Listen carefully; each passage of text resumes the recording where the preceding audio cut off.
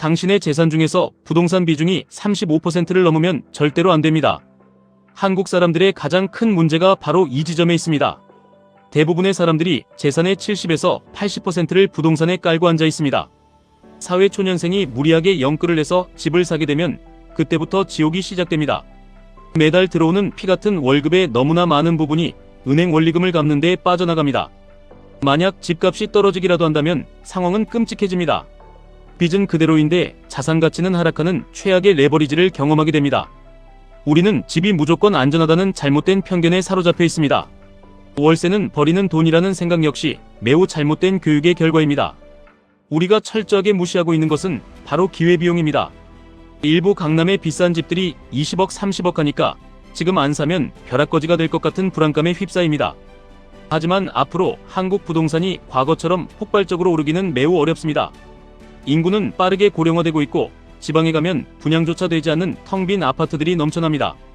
인구 구조가 완전히 달라지고 있기 때문입니다. 내 재산의 70에서 80%가 콘크리트에 묶여 있다는 것은 개인의 재무 상태에 있어 엄청난 재앙이자 시한폭탄입니다. 그렇다면 우리의 소중한 자본을 어디에 두어야 할까요? 바로 여기서 자본주의의 정수이자 위대한 부의 창출 도구인 QQQ, QLD, TQQQ를 반드시 이해하셔야 합니다. 많은 사람들이 투자를 하라고 하면 그럴듯한 스토리에 매몰됩니다. 어떤 회사가 2차 전지로 엄청난 이익을 볼 것이라더라, 어떤 제약회사가 FDA 승인을 받을 것 같다더라 하는 소문만 믿고 덜컥 돈을 밀어넣습니다. 그 회사의 시가총액이 얼마인지, 매출액과 영업이익이 어떻게 되는지 단 한 번도 따져보지 않습니다. 회사가 정확히 무엇을 해서 돈을 버는지조차 모릅니다. 이것은 투자가 아니라 탐욕의 눈이 먼 도박일 뿐입니다. 내가 이 회사의 진정한 동업자가 되겠다는 상식적인 성의조차 없는 행동입니다. 진짜 자산은 뜬구름 잡는 스토리가 아니라 명확한 숫자와 증명된 혁신에 투자하는 것입니다. QQQ는 세상을 바꾸고 있는 미국 나스닥 100개 혁신 기업들의 묶음입니다. 애플, 마이크로소프트, 구글 같은 기업들이 당신이 잠든 사이에도 전 세계의 돈을 긁어모으고 있습니다. 사람들은 주식이 위험하다고 말하지만 자본이 스스로 일을 해서 돈을 불려나가는 속도는 부동산과 비교할 수 없을 정도로 빠릅니다. 부동산을 사서 10배가 오르는 경우는 이제 찾아보기 힘들지만 주식시장에서는 자본의 힘이 10배, 20배의 성장을 만들어냅니다. 특히 젊은 분들일수록 집에 대한 집착을 과감히 버리고 이 위대한 기업들의 지분을 모아가는 데 모든 에너지를 집중해야 합니다. 조금 더 공격적이고 확고한 투자 철학이 있다면 QLD와 TQQQ라는 더 강력한 엔진을 장착할 수 있습니다. QLD는 나스닥 100 지수의 수익률을 2배로 추종하고 TQQQ는 3배로 추종합니다. 사람들은 레버리지가 무조건 위험하다고만 생각합니다. 하지만 진정한 위험은 레버리지 그 자체가 아니라 변동성을 견디지 못하는 당신의 나약한 멘탈과 무지함에 있습니다. 단기간에 부자가 되겠다는 얄팍한 마음으로 TQQQ를 대하면 시장은 변동성이라는 무자비한 칼날로 당신의 계좌를 난도질할 것입니다. 시장이 30% 하락하면 TQQQ는 90% 가까이 녹아내립니다. 계좌가 반이반 토막이 나는 끔찍한 고통을 겪게 됩니다. 평범한 사람들은 이때 세상을 원망하며 모든 주식을 팔아치우고 다시는 주식시장에 발을 들이지 않겠다고 맹세합니다. 하지만 당신이 10년, 20년의 긴 시계열을 가지고 자본주의의 우상향을 굳게 믿는다면 이야기는 완전히 달라집니다. 폭락장이 왔을 때 공포에 질려 도망치는 대신 오히려 위대한 기업들을 박앤세일 가격에 주워 담는 뼈를 깎는 용기가 있다면 QLD와 TQQQ는 당신을 압도적인 부의 세계로 인도할 것입니다. 남들이 공포에 질려 던지는 주식을 기쁜 마음으로 쓸어 담을 수 있는 강인한 멘탈이 없다면 애초에 레버리지에 손을 대서는 안 됩니다. 시장에서는 저평가된 주식을 찾는다며 아무도 관심 없는 PBR이 낮은 기업들만 고집하는 사람들도 있습니다. 하지만 PBR이 높은 기업들은 그럴 만한 타당한 이유가 있는 경우가 많습니다. 그 회사의 진짜 가치는 눈에 보이는 공장이나 땅 덩어리가 아니라 특허, 압도적인 기술력, 그리고 최고의 두뇌를 가진 인재들입니다. 테크놀로지가 세상을 지배하는 시대에 폭발적인 성장성을 가진 위대한 기업들은 당연히 높은 PBR을 정당화합니다. QQQ 안에 있는 기업들이 바로 그런 위대한 두뇌들의 집합소입니다.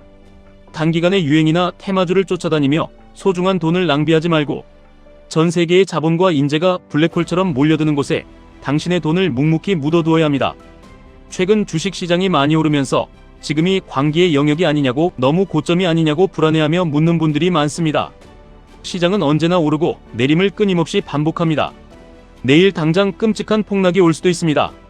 하지만 중요한 것은 그것을 내가 예측해서 고점에서 전량 현금화를 하고 다시 저점에서 잡겠다는 얄팍하고 교만한 생각을 버리는 것입니다. 그것은 인간의 영역이 아닙니다.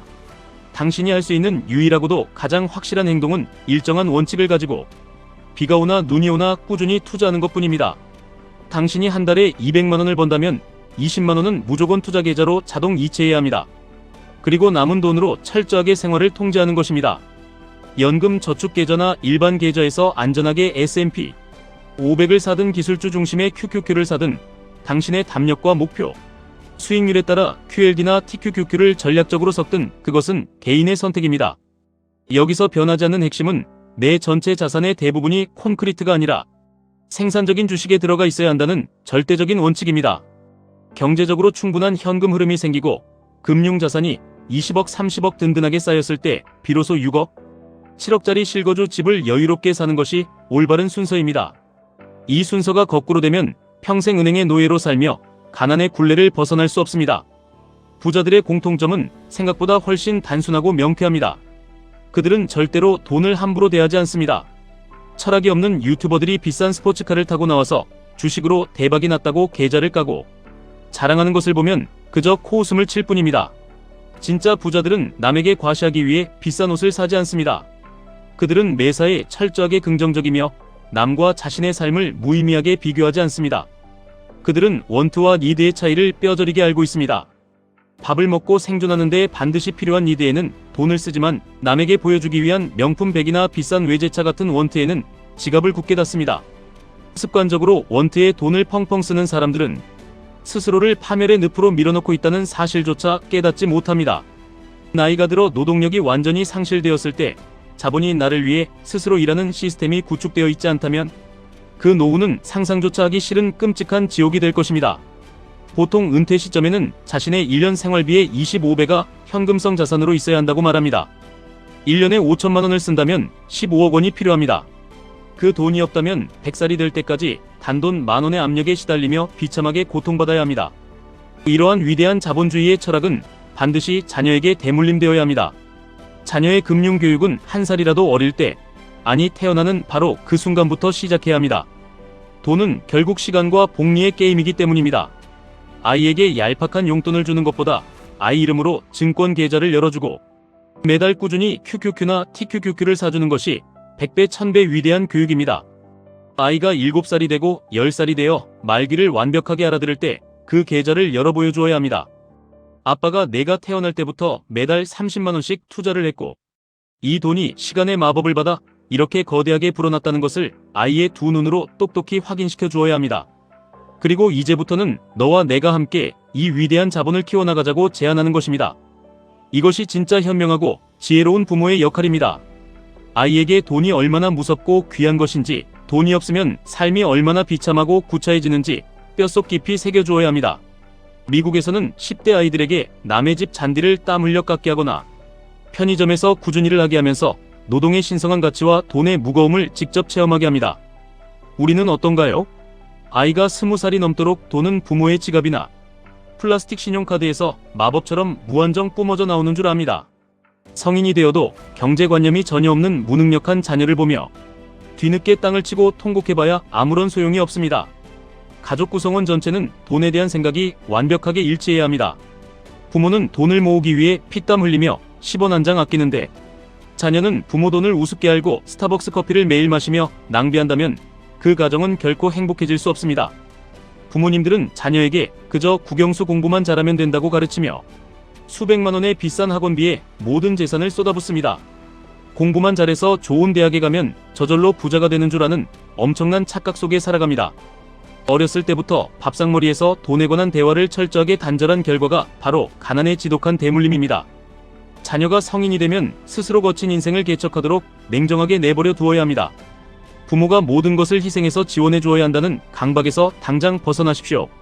돈의 속성에 대해 가르쳐주고 돈을 버는 올바른 시스템을 알려주는 것으로 부모의 역할은 끝나는 것입니다. 결혼자금이나 집장만도 스스로 악착같이 모아서 해결하는 것이 당연한 상식입니다. 자녀가 정말로 부족한 자금에 대해 정중하고 진지하게 도움을 요청할 때만 부모가 상황에 맞게 일부를 빌려주는 것이지 처음부터 부모의 소중한 노후 자금을 헐어서 아파트를 사주고 고급차를 사주는 것은 부모와 자식 모두를 회복 불능의 파멸로 이끄는 지름길입니다. 부유한 가족과 가난한 가족의 차이는 바로 이 지점에서 극명하게 갈립니다. 철학이 없는 졸부들은 자식에게 내가 돈이 많으니 너는 굳이 힘들게 일 안 해도 되고 돈을 펑펑 써도 된다고 멍청하게 가르칩니다. 하지만 대대로 이어지는 진짜 부유한 가문은 자식에게 절대로 함부로 돈을 쥐어주지 않습니다. 대신 자본주의에서 승리하는 투자 방법을 가르치고 세상을 멀리 내다보는 깊은 안목을 심어줍니다. 이 두 가정의 10년 뒤, 20년 뒤의 모습은 감히 비교조차 할 수 없는 하늘과 땅 차이로 벌어집니다. 금융교육을 제대로 받은 형제들은 부모의 얄팍한 재산을 탐내며 짐승처럼 싸우지 않습니다.